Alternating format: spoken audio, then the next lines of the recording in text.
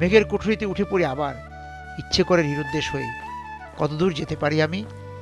আমার দূরেরও তো কোথাও সীমারেখা টানা আছে।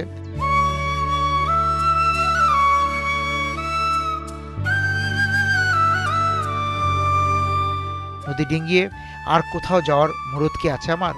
তাই এসে নঙ্গর করি ব্রহ্মপুত্রে। তার করতলে বেড়ে ওঠা চর দূরকুষ্টিয়া, তারা যেন সমতলের থেকেই দূরের কোনো বাসিন্দা।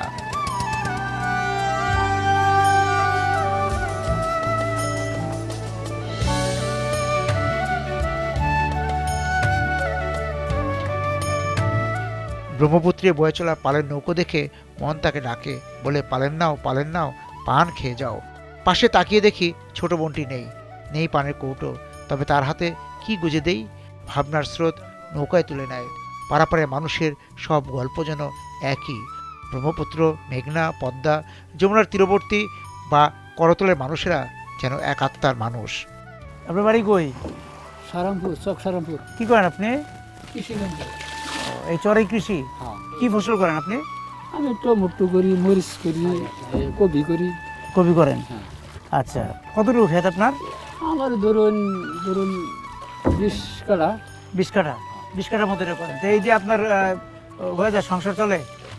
কিনা সংসারটা চালান লাগে। তা আপনাদের চরে সবাই কি এই সবজি করে? হ্যাঁ, সবজি করে। কিন্তু ধান পাট এগুলি নাই? ধান পাটটা আছে, পাট কিন্তু এবার কম করছে। কেন? এবার পুষে না, ওই যে খরচ হয়ে যায়, ই হয় না, পানি হয় না, প্রচার হয় না। যখন এই যে নদীটা শুকায় যায় তখন আপনারা কি করেন?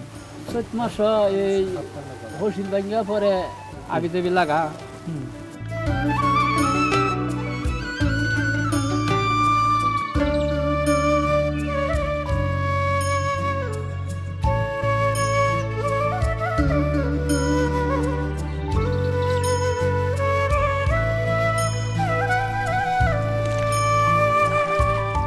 লাভটা ভয় ফসল করলে?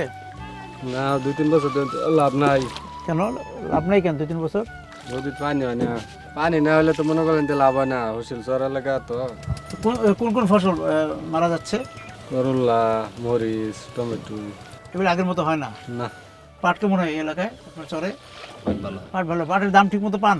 মানুষের যে এত কষ্ট করে ফসল করতেছে এসবের কোনো মূল্য নেই। ব্যবসায়ীরা সিন্ডিকেট করে ব্যবসা করতেছে, কৃষকে ওই 2 ঘন্টা 1 ঘন্টা তারাই থেকে অন কি করবো, ব্যাপারই নাই, মাল ওই জায়গায় বেসর লাগবে। ছেড়ে দিয়ে চলে আসতে হয়? হ্যাঁ। আচ্ছা, আর নদীর মাছের কি অবস্থা? নদীতে মাছ নেই, নদী ক্ষুধার কারণে নদী এদিক দিয়ে ক্ষুদে ওদিক দিয়ে পরে কোনো কাজে আসে না। মানুষের, সাধারণ মানুষের জমি নষ্ট করতেছে, জমি বইরা করতেছে, এসব কারণে মাছও থাকে না নদীতে। মাছও থাকে না? ওইটা খুঁজতেছে, এই পাশ দিয়ে ভরতেছে। এই নদীতে পানি নাই তো, বড় জোর 2-3 হাত পানি আছে। এই নিচে? হ্যাঁ, পানি বাঁচতে আছে, তো দেখা যায় পানি বাঁচতে আছে, পানি নেই। এসব এই যে এখন তো পুরা আমরা যখন এই ব্রহ্মপুত্রের উপরে আছি তখন তো পুরা ভরা বর্ষা। এই ভরা বর্ষার মধ্যে আপনার বলছেন পানি নেই? না, পানি নেই।